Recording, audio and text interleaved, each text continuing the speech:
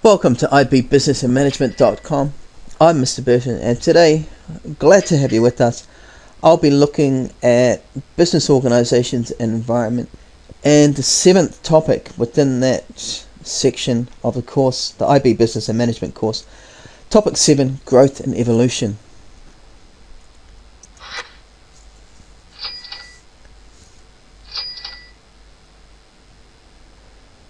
There are different driving and restraining forces for growth. With growth, we can reap the benefits of larger scale production. It's called economies of scale. I'll go into this in a lot more detail in a minute. A larger market share to get better market standing and market power. Growth can often be a means of survival in a competitive environment. And to spread our risks. Perhaps we want to expand our product range, get into different markets, decrease the risks for our company. The more diversified we are, if one market tanks, the better able other markets will be able to carry us through.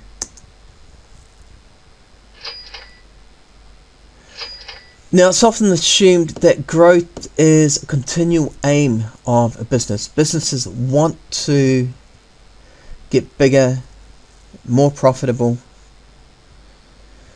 We define growth in business terms as being the expansion in size of its operation. Groupon last year was the fastest growing company the world has ever seen. Fastest growing company the world has ever seen. Within just, I think it was within a year, maybe 18 months, Google had offered to purchase them for $6 billion, an offer that they knocked back.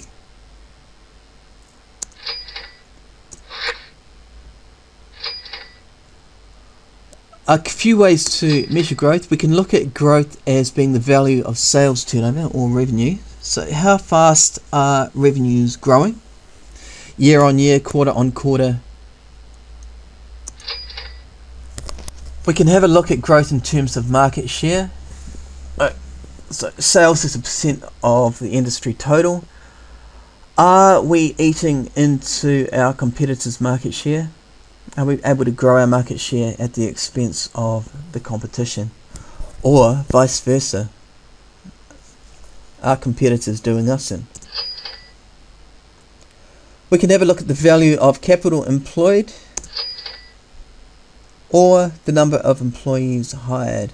But definitely value of sales turnover and market share are the two most standard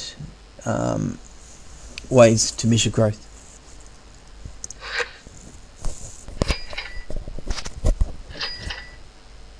And growth is good, right? It gives us greater financial strength to withstand changes in the external environment.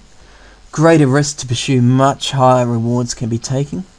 Profitability brings security into investors and capital, and this sort of reinforces what's going on within the business, so it can be a reinforcing spiral of success here.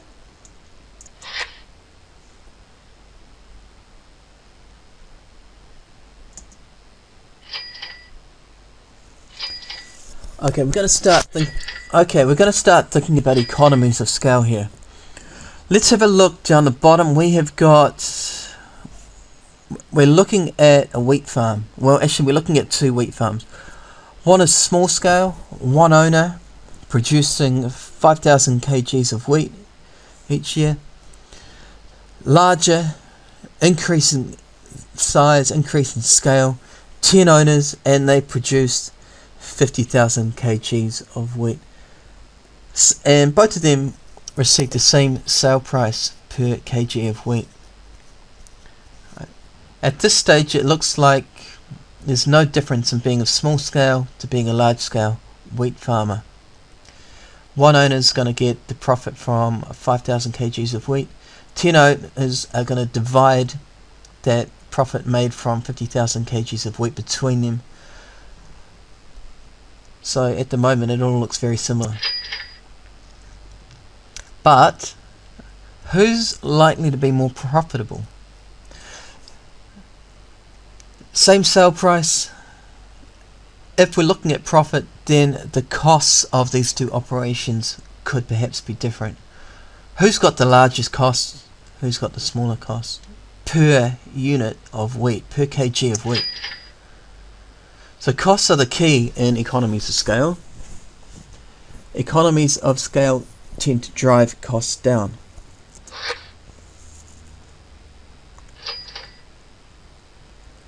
Definition: economies of scale, lower average cost of production per unit the larger a firm gets, and this is typically due to productivity efficiencies. Why are costs decreasing per unit as scale of production increases?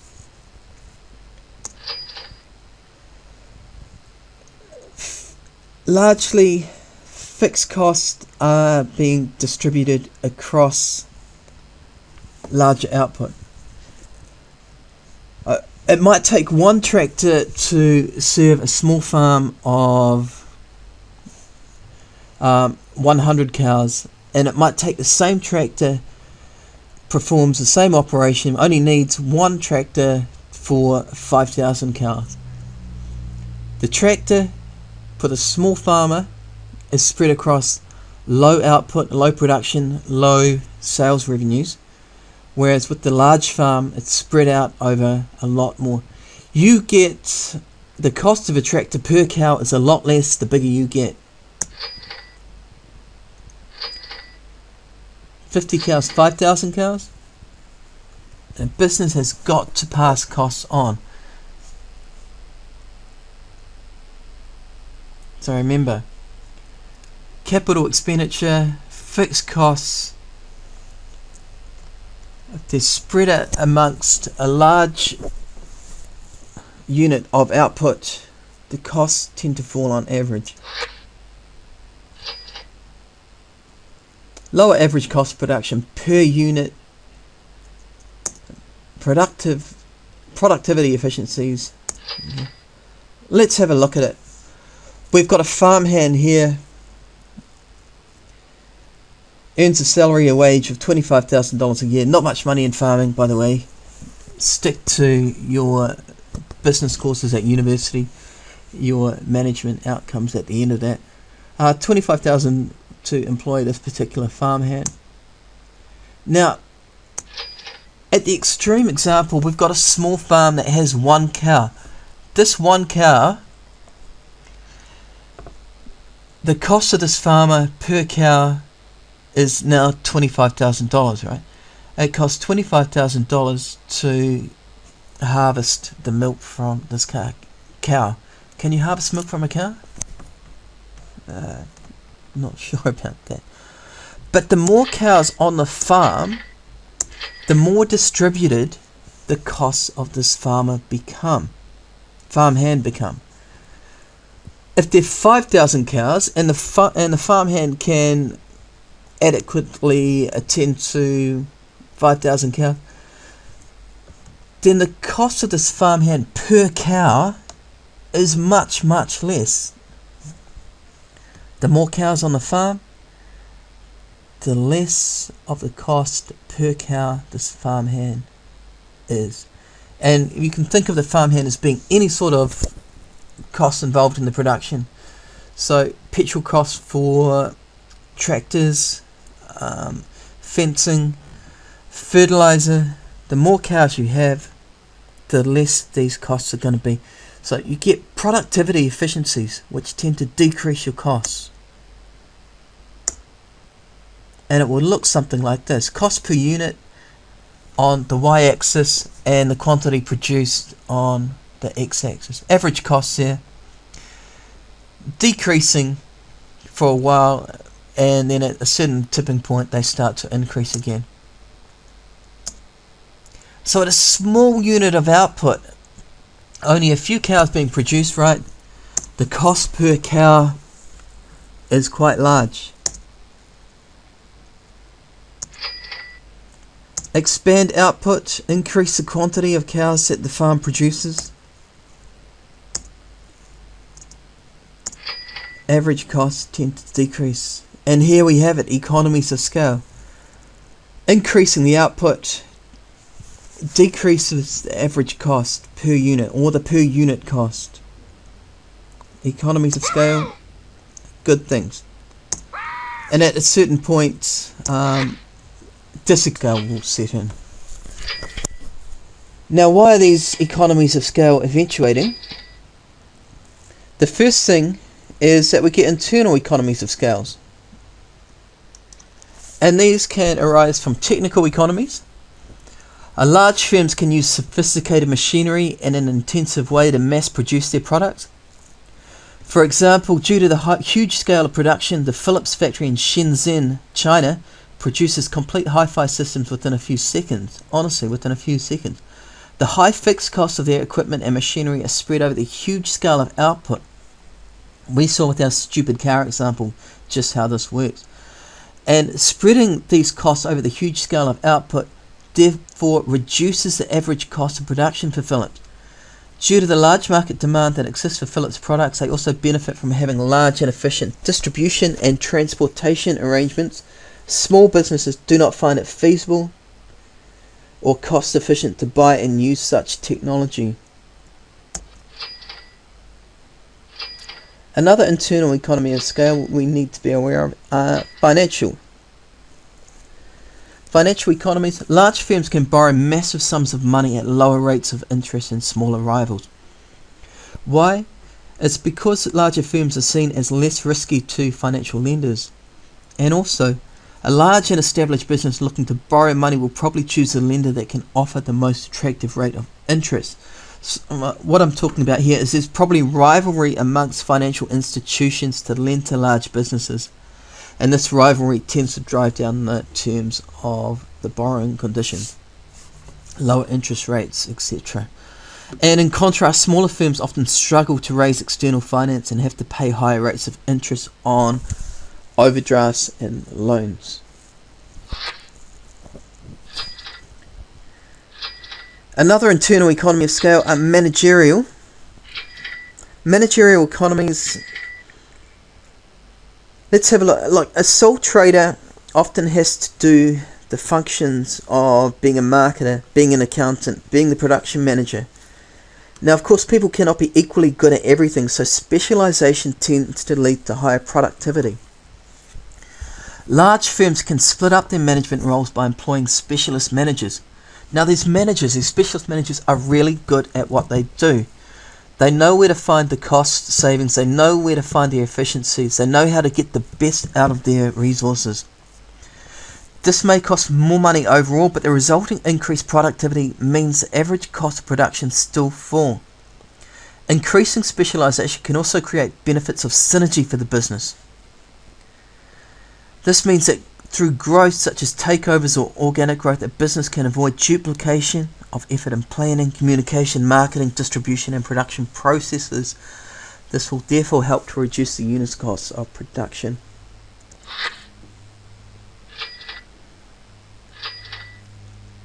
Specialization economies, another internal economies of scale.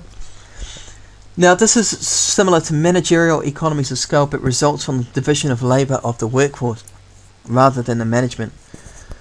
So, motor vehicle manufacturers that use mass production benefit from having specialist labour such as designers, production staff, engineers and marketers. These specialists are responsible for one part of the production process, and their expertise means that there's going to be an increase or a boost to the firm's productivity efficiency.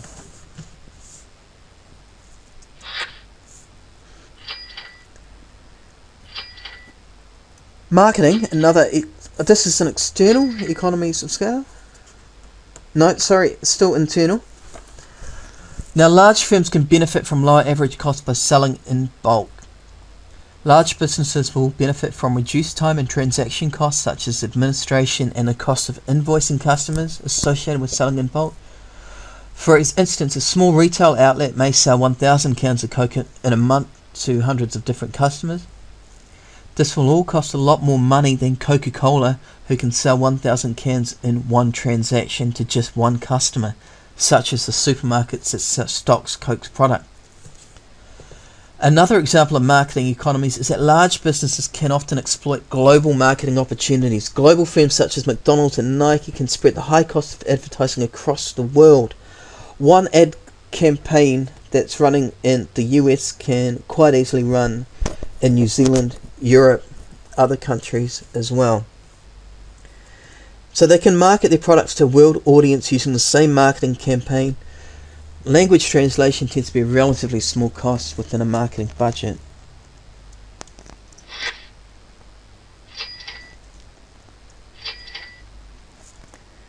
Commercial economies of scale. Here, even relatively small firms can exploit commercial economies as they can gain a discount for bulk purchases. Of course, the larger the order, the greater the bulk discount might be. So purchasing economies or buying economies of scale can be had, and they tend to be larger the larger the organisation is. Like something horrendously huge like Walmart are infamous for their ability to screw down their suppliers, to drive down the prices to the absolute bare minimum, because they can offer the suppliers they're going to buy such a large quantity from them that the suppliers are willing to take a small profit margin in return for being able to sell so much to such a large organisation.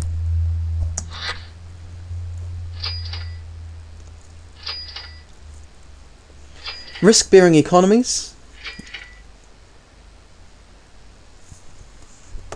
The more products that you can have in your product lines, the better able you are to withstand changes in the competitive environment, changes in the external environment. So, for example, you produce, sell, and market a wide range of household products. If a competitor comes along that competes really, really well against one of your products and knocks it for a sixth, then you've got these other products that you can fall back on. And this is where the great strength of something like a company like Unilever. They produce such a wide range of products. If one of these product tanks, they've got a wide range of backup products to carry them through.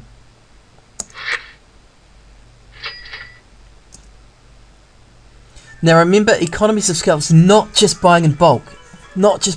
Even small businesses can do this. Economies of scale is a key concept for any business in any industry. It's also important for consumers trying to understand why smaller businesses may have to charge more for similar products made by larger companies. Overall, economies of scale means that production becomes more efficient as the number of goods being produced increases. In most cases, companies that achieve economies of scale lower the average cost of their products by increasing production. That's because fixed costs that are needed to produce the product are spread out over a larger number of goods. In economies of scale, the cost of each product can depend on the size of the industry or on the size of an individual company. If there are a number of companies providing similar products within the same industry, the industry as a whole will dictate the cost of each product. In other cases, the cost per unit depends on how much of a product a company can produce. For big companies, this can be especially advantageous because it gives them access to a larger market. For small to medium-sized companies, increasing production can actually raise costs.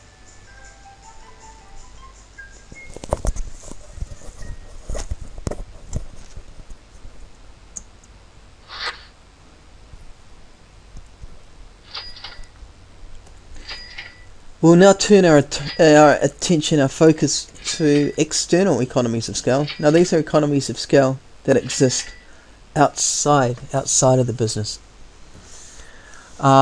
Technological progress, which increases the productivity of trading within the industry. The internet, for example, has granted huge cost savings to many businesses engaged in e-commerce. Improved transportation and communication networks help to ensure that deliveries arrive on time. In addition, employees who are late to work due to poor transportation links cost the business money.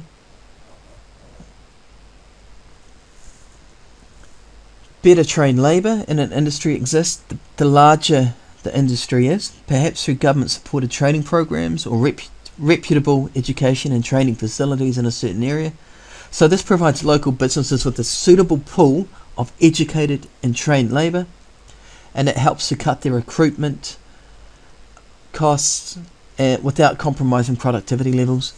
We get regional specialisations as well. Classic example would be Silicon Valley. An area or country may have a highly regarded and trustworthy reputation for producing a particular good or service. Murano in Venice, Italy is famous throughout the world for its glass products such as vases, jewellery and chandeliers. Allows the industry to benefit from having specialist and efficient labour, subcontractors and suppliers.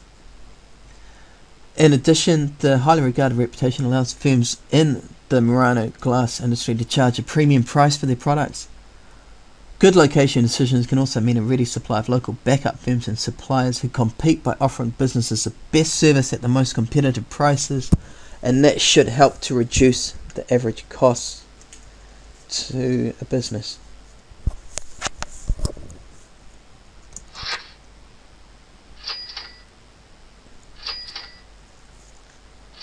And not all businesses want to grow. So why could they want to remain small? Or why would it be beneficial to remain small? We've seen diseconomies of scale briefly. Larger organisations tend to be harder to control and manage effectively. Mistakes and quality problems creep in, causing average costs to increase. Communication problems. The larger a company, the greater the scope for communication problems to creep in. And these things can create things like confusion, isolation amongst workers, which in turn lead to errors and quality problems. Why remain small? In this day and age, it's very, very easy to outsource the production process, and businesses can keep control of their intellectual property, focus on the marketing, focus on the design, and subcontract production. A little known fact actually, but these three large, extremely large organisations that compete against each other, all of their shoes are made in the same factory in China. They subcontract their production to a massive Chinese factory. If you're buying a Nike shoe, it's made in the same factory as Adidas or an ASICS shoe. So in this day and age, it's very easy to subcontract your production. Save yourself the headaches of dealing with labour, dealing with distribution.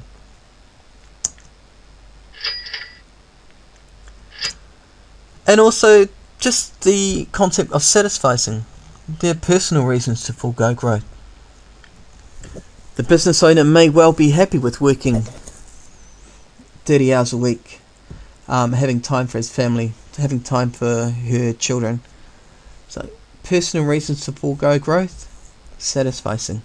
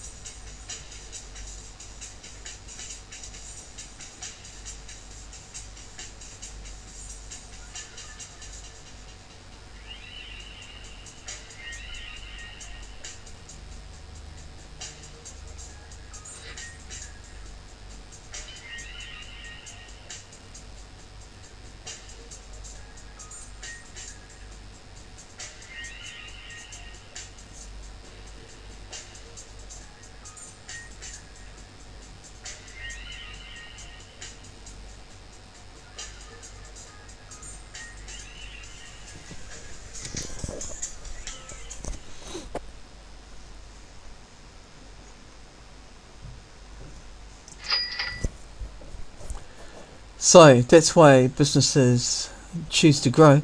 Now, why might they choose to remain small?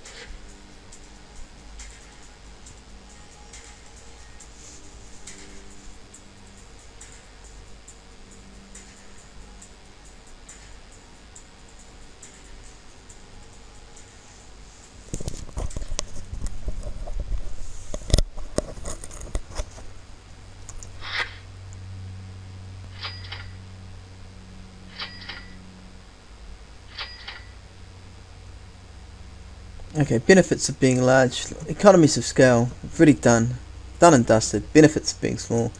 We've had a look at. So let's answer the question, can a small firm survive and prosper? If we have a look at page 117 to 118, we can see the advantages of small versus large organisation. We can put them together and we can answer this question. Can a small firm survive and prosper? Discussion map. Let's go ahead and do it. Plug in the reasons for a small firm being able to survive and prosper, the advantages of being a small firm. Have a look at the reasons against remaining small. Start with economies of scale, please, our most important one. Right. Come up with your list of reasons for, reasons against. Make a conclusion and justify this conclusion. Bring in those key points highlighted, then write them out and explain them in full. And in doing so, we'll be able to tackle question 1.7.1 on page 119. Thanks. I'm Mr. Burden, ibbusinessmanagement.com. Pleasure to have you here today. Thanks for your time.